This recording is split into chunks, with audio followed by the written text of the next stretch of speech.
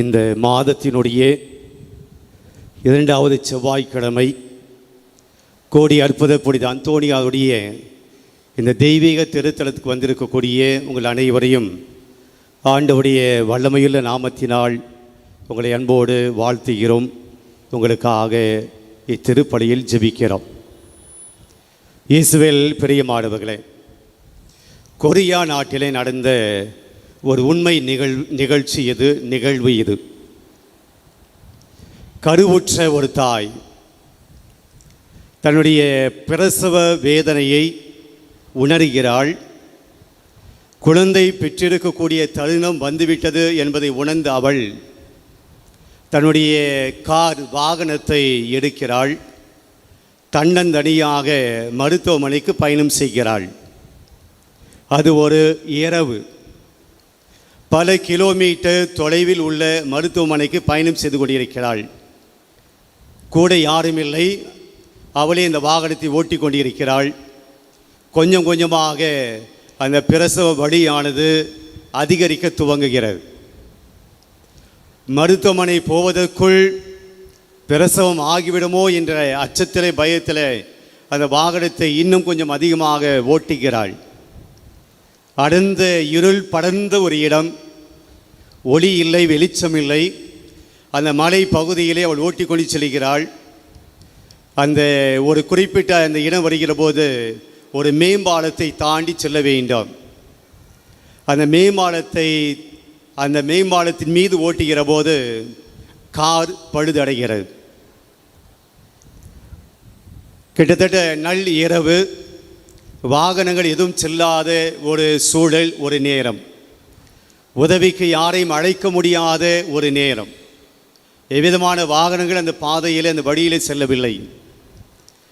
Car அந்த இயக்கம் நின்றுவிட்டதால், அந்த வாகனத்துடைய இயக்கம் நின்றுவிட்டதால் அந்த வாகனத்துக்குள்ளே இருக்கக்கூடிய அந்த சூடு கொடுக்கக்கூடிய அந்த இயந்திரம் வேலை செய்யவில்லை. நமக்கெல்லாம் ஏசி வச்சிருப்போம், அவர்கள் ஹீட்டு கொடுப்பதற்காக வைத்திருப்பார்கள். காருக்குள்ளே முழுவதுமாக நின்று விட்டதனால் கொஞ்சம் கொஞ்சமாக அந்த வெளியில் இருக்கக்கூடிய அந்த குளிர் ஆனது அந்த உள்ளே இருக்கக்கூடிய அந்த தாயை தாக்குகிற, அந்த பெண்ணை தாக்குகிறது. பிரசவ வேதனை அதிகரிக்க ரத்தம் பீறிட்டு வெளியே வருகிறது. ஒரு குழந்தை பிறக்கிறது, ஒரு ஆண் குழந்தை. அந்த வலியோடு அந்த தாய் தன்னுடைய குழந்தையோடு அந்த காருக்குள்ளே இருக்கிறார். அதிகமான பனி கொட்டுகிறது, குளிர் அதிகரிக்கிறது. இப்போது அந்த குழந்தை, பச்சிளம் குழந்தை, அந்த குளிர் தாங்க முடியாமல் நடுங்குகின்றது. அந்த தாய் பார்க்கிறாள். தன்னுடைய குழந்தை குளிரில் நடுங்குவதை பார்த்த அந்த தாய் தான் அணிந்திருந்த அந்த குளிரை தடுக்கக்கூடிய அந்த கோட், அதை எடுத்து, அந்த மேலாடை எடுத்து தன்னுடைய குழந்தைக்கு போத்துகிறாள்.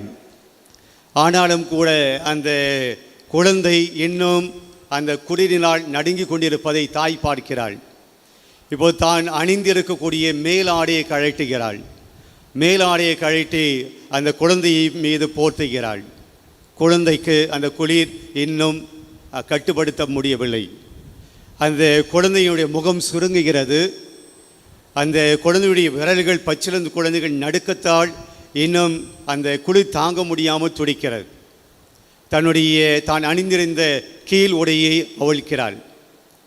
கிட்டத்தட்ட அவள் நிர்வாணமாக இருந்து தன்னுடைய குழந்தையின் மீது அத்தனை துணிகளையும் போட்டு அவள் அந்த சூட்டை கொடுக்கிறாள். ஒரு 3 மணி நேரம் போராட்டம்.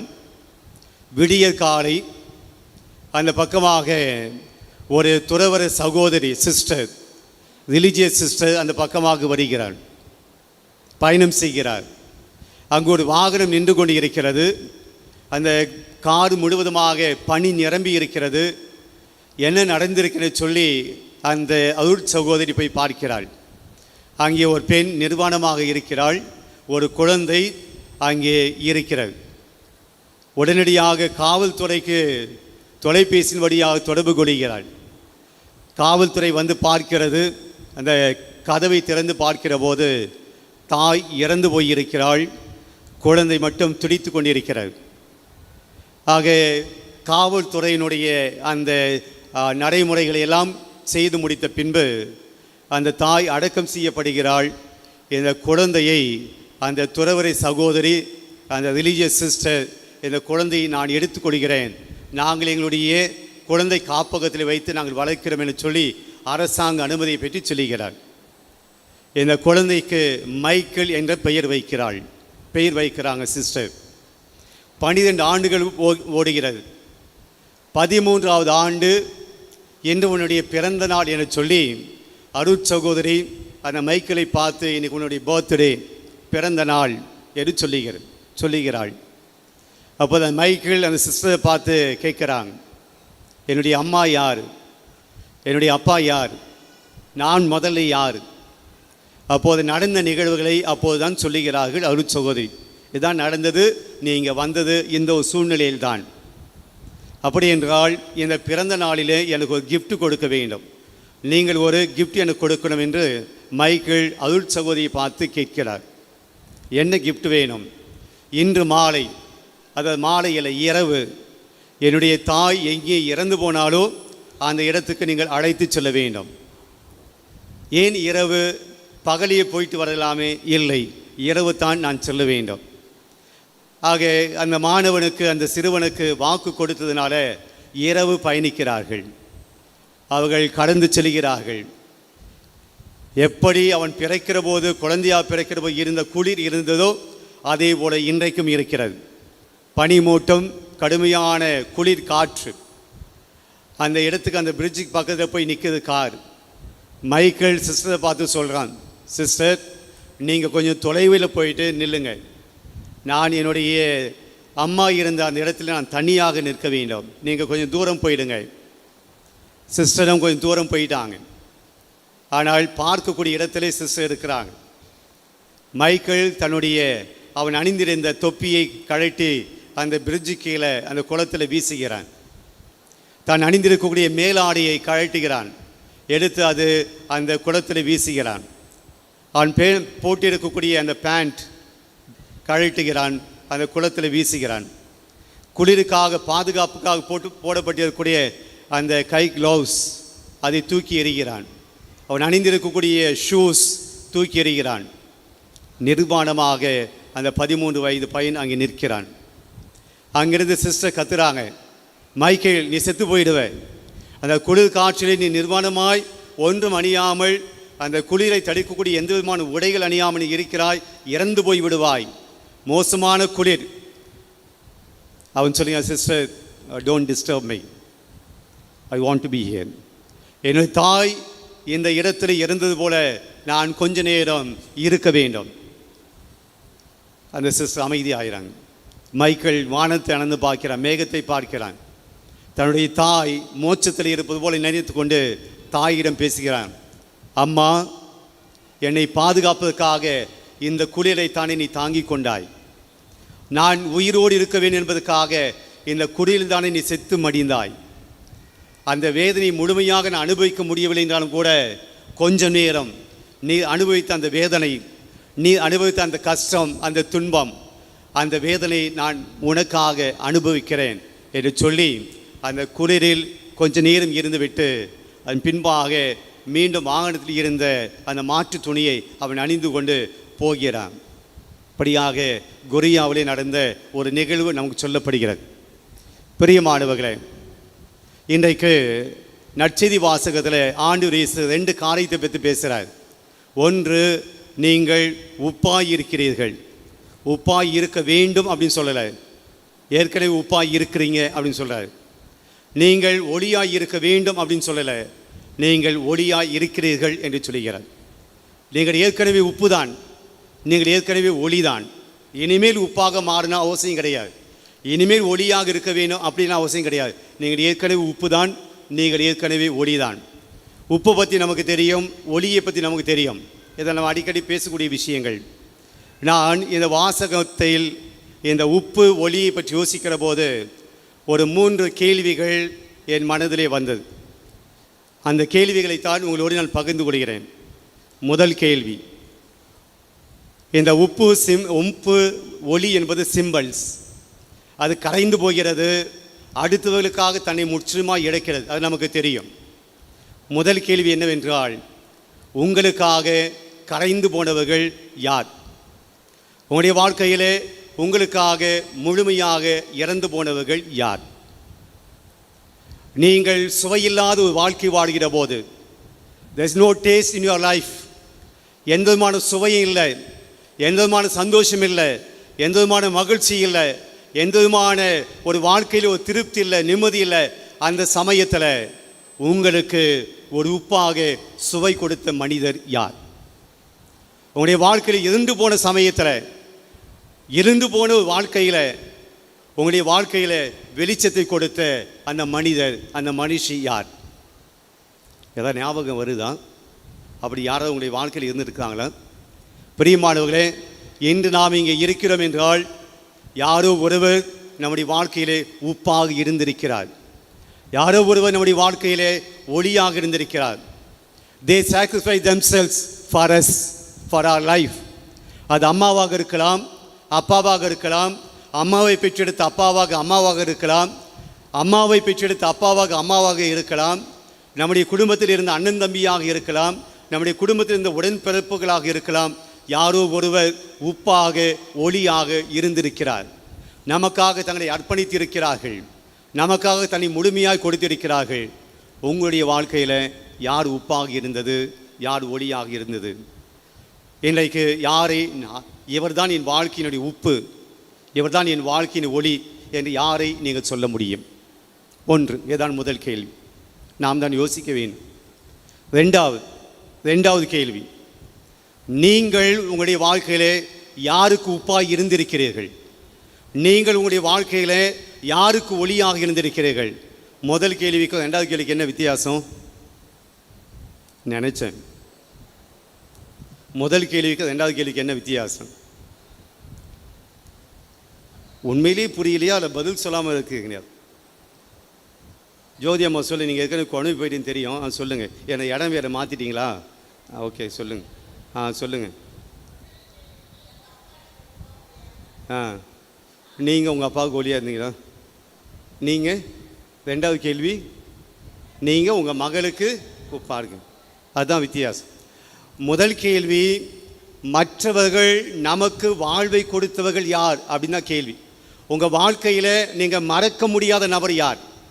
உங்கள் வாழ்க்கையில் இவர் தான் என் வாழ்வுக்கு ஆணிவேர், இவர் தான் என்னுடைய சந்தோஷத்துக்கு ஆணிவேர், இன்னைக்கு நான் இந்த நிலைமையில் இருக்கிறேன்னா இவங்க தான் அப்படின்னு சொல்லக்கூடிய மனுஷன் யார்? அதான் முதல் கேள்வி. ரெண்டாவது கேள்வி என்னன்னா, அடுத்தவர் உங்களை பார்த்து இந்த மனுஷன்தாயா, இந்த மனுஷிதாயா, இந்த நபர் தான் நான் இன்றைக்கு வாழ்வதற்கு உப்பாக இருக்கிறார், ஒளியாக இருக்கிறார் என்று உங்களை பார்த்து யாரு சொல்ல முடியும்? உங்களை பார்த்து யாராவது நீங்கள் தான் என் வாழ்க்கையில் உப்பு, சுவையில்லாத என் வாழ்க்கையில் சுவையை கொடுத்த நபர் நீங்கள், இருண்டு போன என் வாழ்க்கையில் வெளிச்சத்தை கொடுத்தவன் நீங்கள் தான் என் உப்பு, நீங்கள் தான் என்னுடைய ஒளி, நீங்கள் இல்லாமல் என் வாழ்க்கை கிடையாது என்று அப்படி யாராவது உங்களை பார்த்து இது வரைக்கும் சொல்லி இருக்கிறாங்களா? அப்படி சொல்லலை அப்படின்னா நாம் வாழ்கிற வாழ்க்கை வீண், it is waste, the meaningless. இதுவரையும் நாம் வாழ்கிற வாழ்க்கையில் ஒரு மனிதன் நம்மை பார்த்து நீங்கள் தான் என்னுடைய உப்பு, நீங்கள் தான் என் வாழ்க்கையிலும் ஒளி, வெளிச்சம் தந்த மனிதன், உங்களால் தான் நான் வாழ்ந்து கொண்டிருக்கிறேன், உங்களால் தான் நான் இன்னைக்கு நல்லா இருக்கிறேன் என்று இந்த உலகத்தில் ஒரு மனுஷன் கூட உங்களை பார்த்து உப்பு ஒளி என்று நம்மை பார்த்து சொல்லலாம் அப்படின்னா நம்முடைய வாழ்க்கை அட்டர்லி வேஸ்ட். நாம் வாழ்க்கிற வாழ்வுக்கு பயன் இல்லை என்பதை புரிந்து கொள்ள வேண்டும். ரெண்டாவது கேள்வி புரிஞ்சு நினைக்கிறேன், நாம் யாருக்கு உப்பாக இருக்கிறோம், நாம் யாருக்கு ஒளியாக இருக்கிறோம்? மூன்றாவது கேள்வி, பிரியமானவர்களே, எங்கு உப்பு தேவைப்படுகிறதோ அந்த இடத்துல நாம் உப்பை போடுவோம் இல்லையா? காஃபியில் உப்பு போட மாட்டோம். எங்கே உப்பு தேவைப்படுகிறதோ அங்கு உப்பு போகும், உப்பை போடுவோம். எங்கு ஒளி தேவைப்படுகிறதோ அங்கு நாம் ஒளியை ஏற்றுவோம். இங்கே இவ்வளோ லைட் இருக்குது, இங்கே ஒளி இல்லைன்னு சொல்லி யாரும் கேண்டில் நீங்கள் கொளுத்த முடியாது. பீடத்தில் இருக்குது, அது வேறு விஷயம். நீங்கள் கேண்டில் கொளுத்த மாட்டீங்க, ஏனென்றால் இங்கே ஏற்கனவே ஒளி இருக்கிறது. லைட்டெல்லாம் ஆஃப் ஆன உடனே டக்குன்னு மொபைல் எடுப்பீங்க, என்கிட்ட தான் மொபைல் இருக்குன்னு சொல்லி உடனே அந்த டார்ச் ஆன் பண்ணி நான் ஒளியை கொடுத்துட்டேன் அப்படின்னு சொல்லி ஒளியேற்றுவேன். ஏன் உடனே நாம் மொபைல் எடுக்கிறோம், டார்ச் ஆன் பண்ணுறோம் மொபைலில்? ஏன்னா இங்கே ஒளி இல்லை. எங்கே இருள் இருக்கிறதோ அங்கே ஒளி போகிறது. எங்கே உப்பு தேவைப்படுகிறதோ அங்கே இந்த உலகத்தில் நிறைய இடத்துல உப்பு தேவைப்படுது. நான் சொல்கிற உப்பு கடையில் விற்கிற உப்பு கிடையாது. இந்த உலகத்தில் நிறைய இடத்துல ஒளி தேவைப்படுகிறது. நான் சொல்கிறது டியூப்லைட் கிடையாது. இந்த உலகத்தில் சுவை கொடுக்க வேண்டிய சுவை இல்லாத இடங்கள், ஒளி இல்லாத இடங்கள், இருந்து போன இடங்கள், நிறைய இடங்கள் இருக்கிறது. நம்மால் அங்கே போக முடியுமா?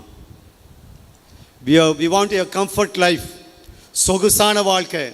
நான் எனக்கு என்னுடையது, என் சந்தோஷம், என் மகிழ்ச்சி எனக்கு தேவையானது போதும், வாழ்க்கை முடிஞ்சிச்சு, இப்படியே வாழ்ந்துட்டு செத்து போயிடுவோம்.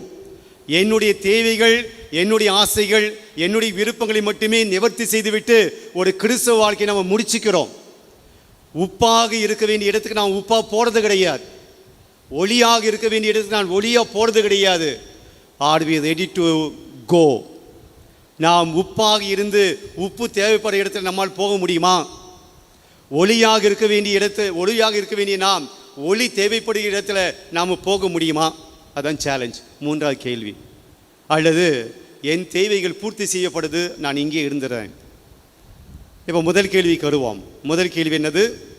யார் நம்முடைய வாழ்க்கையில் ஒளியாக இருந்தது? ஓகே, நமக்கு நேம் வந்துடுச்சு, நபர்கள் ஞாபகத்துக்கு வந்துட்டாங்க. இவங்க தான் என் வாழ்க்கையினுடைய ஒளி, இவங்க தான் என்னுடைய வாழ்க்கையில் உப்பு. என்ன செய்ய போகிறோம்? கடவுளுக்கு நன்றி சொல்ல வேண்டும். இந்த மனிதர்களை என்னுடைய வாழ்க்கையில் கொடுத்தீங்க ஆண்டவரே, கடவுளுக்கு நன்றி சொல்ல வேண்டும். ரெண்டாவது, நான் அடுத்தவர்களுக்கு உப்பாக இருக்கிறேன், நான் அடுத்தவர்களுக்கு ஒளியாக இருக்கிறேன். என்ன செய்ய போகிறோம்? பிரியமானவர்களே, நாம் நன்றியை எதிர்பார்க்கக்கூடாது. முதல்ல சொன்னதுக்கும் ரெண்டாவது சொன்னதுக்கும் மீண்டும் வித்தியாசம் இருக்கிறது. முதல்ல மற்றவர்கள் என் வாழ்க்கையில் ஒளியாக இருந்தாங்க, அதுக்காக நான் என்ன செய்யணும்? நன்றி சொல்லணும். ரெண்டாவது, நான் அடுத்தவருடைய வாழ்க்கையில் உப்பாக இருக்கிறேன், ஒளியாக இருக்கிறேன், நான் என்ன செய்யணும்?